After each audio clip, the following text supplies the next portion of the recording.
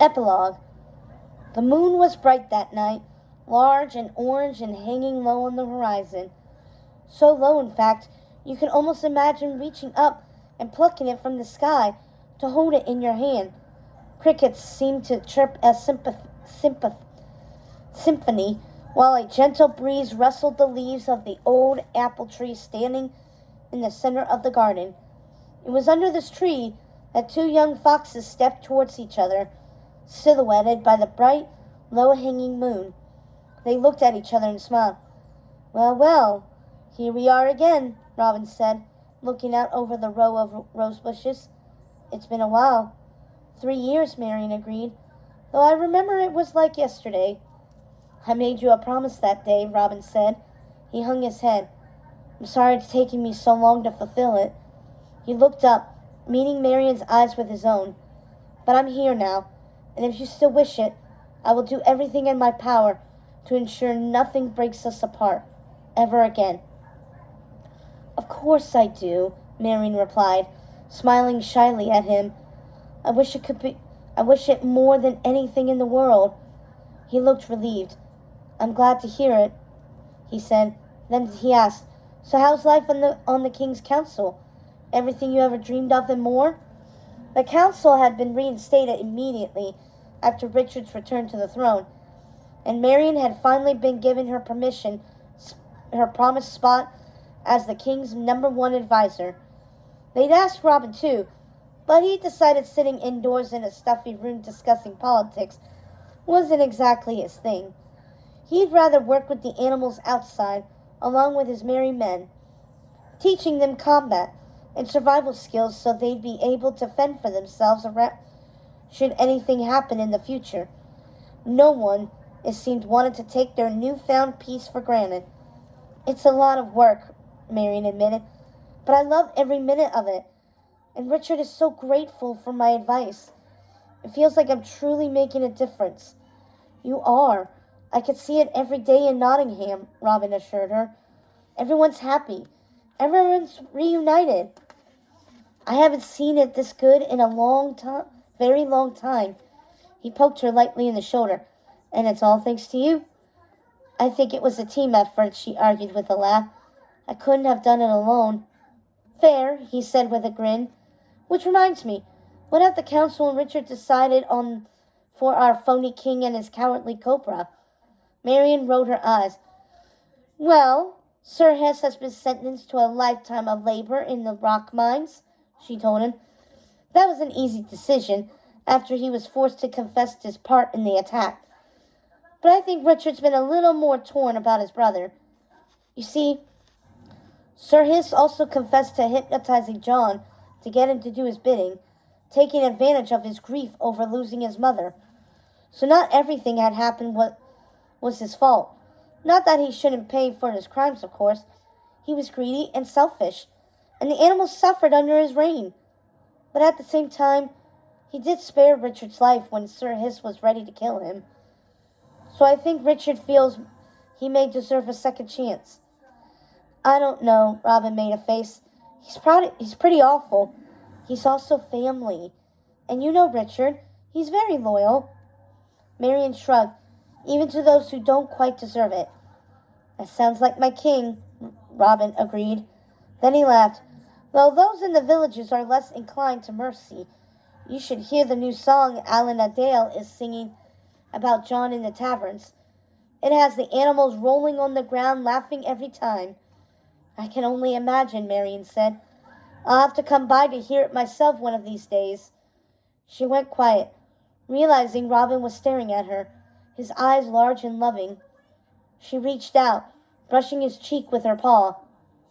"I'm so happy," she whispered. "Me too," Robin agreed. Then his breath hitched. "Also, there's something else I've been wanting to ask you, Marion." His words sounded so sincere, they sent a shiver down her spine. "About the council?" she asked. "No," he shook his head. "About you." She watched, shocked, as he dropped to one knee, taking her paw in his own. "I love you more than life itself, Marion. Will you marry me?" Tears sprang to Marion's eyes. Her heart swelled. For a moment she couldn't speak. Then she nodded. Of course I will, you silly fox, she declared. Took you long enough to ask me. Robin leaped to his feet. He grabbed Marian by the waist and twirled her around. When he set her down, he closed his eyes and leaned in close, brushing a tender kiss against her lips. She sighed in pleasure and kissed him back, and for a moment it felt as if they were the only two animals in the world, until they heard a noise in the bushes. They whirled around only to find 3 very excited bunnies and 1 turtle in glasses peering out from behind a hedge. Robin laughed and shook his head. Have you been there this entire time? He scolded. They looked at one another sheepishly. Sort of. Marian beckoned for the children to come out from the bushes and join them. Well, then I guess that means you'll have to be my maid of honor at our wedding, she told Sis. What? Sis cried. Me? Really? And you 2 must be my best men, Robin said to Skippy and Toby. What about me? Asked little Tagalong, tugging on Marian's skirt. Do I get to be something in your wedding? You could be my flower girl. How about that? Marian said with a smile. The little bunny cheered. Flowers! I love flowers. Just don't eat them, Skippy teased. I want to do that, not to Maid Marian's flowers, Tagalong retorted, shoving her brother. He giggled. I trust that you won't, Marian assured her, patting her on the head. Then she looked over at the 4 of them. Of course, this will all take some time and a lot of planning, but for tonight, I have another idea. Robin raised an eyebrow. Do tell. Remember when we used to sneak out at night and roll down the castle hill and race to the bottom? His eyes lit up. Of course I do. I'd always win. A dreadful lie, she informed the children. Then she grinned at Robin. Still think your old bones can handle it? Won't know unless I try, Robin declared. He beckoned to the children. Come on, last one to the hill is a phony king of England. He took off running. Marian and the children chased after him, laughing. No fair, you got a head start, Marian admonished. I'm an outlaw, remember?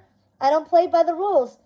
Funny, neither do I, Marian replied before leaping onto his back and tackling him to the ground.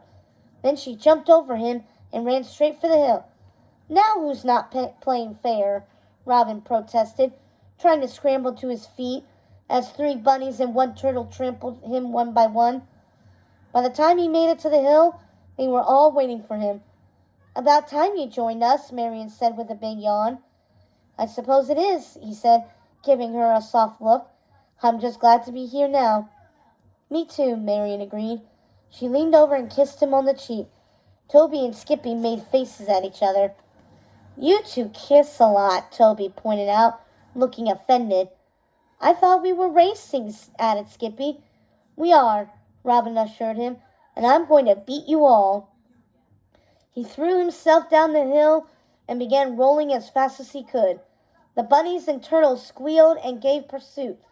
Soon all 4 were tumbling fast. Meanwhile, Marian remained atop the hill, taking a moment before joining in, watching them roll and laugh and squeal, not a care in the world, her eyes blurred with happy tears. This was how it should be. They'd saved the land. They'd saved their king. They'd gone from outlaws to heroes together. And that is the end of Princess of Thieves, A Twisted Tale. Thank you again for joining me on another Twisted Tale adventure. I have to say, this was quite an impressive little turnaround from the original Robin Hood story. Not that I didn't like the original one, because, let's face it, it's cute, it's awesome. And this, I like how Marian took charge of things. Anyway, thank you for joining me. I am thinking that my next book series that I'll be reading is the Serena Valentino villain series. So join me in that series, and I will see you next time. See you real soon.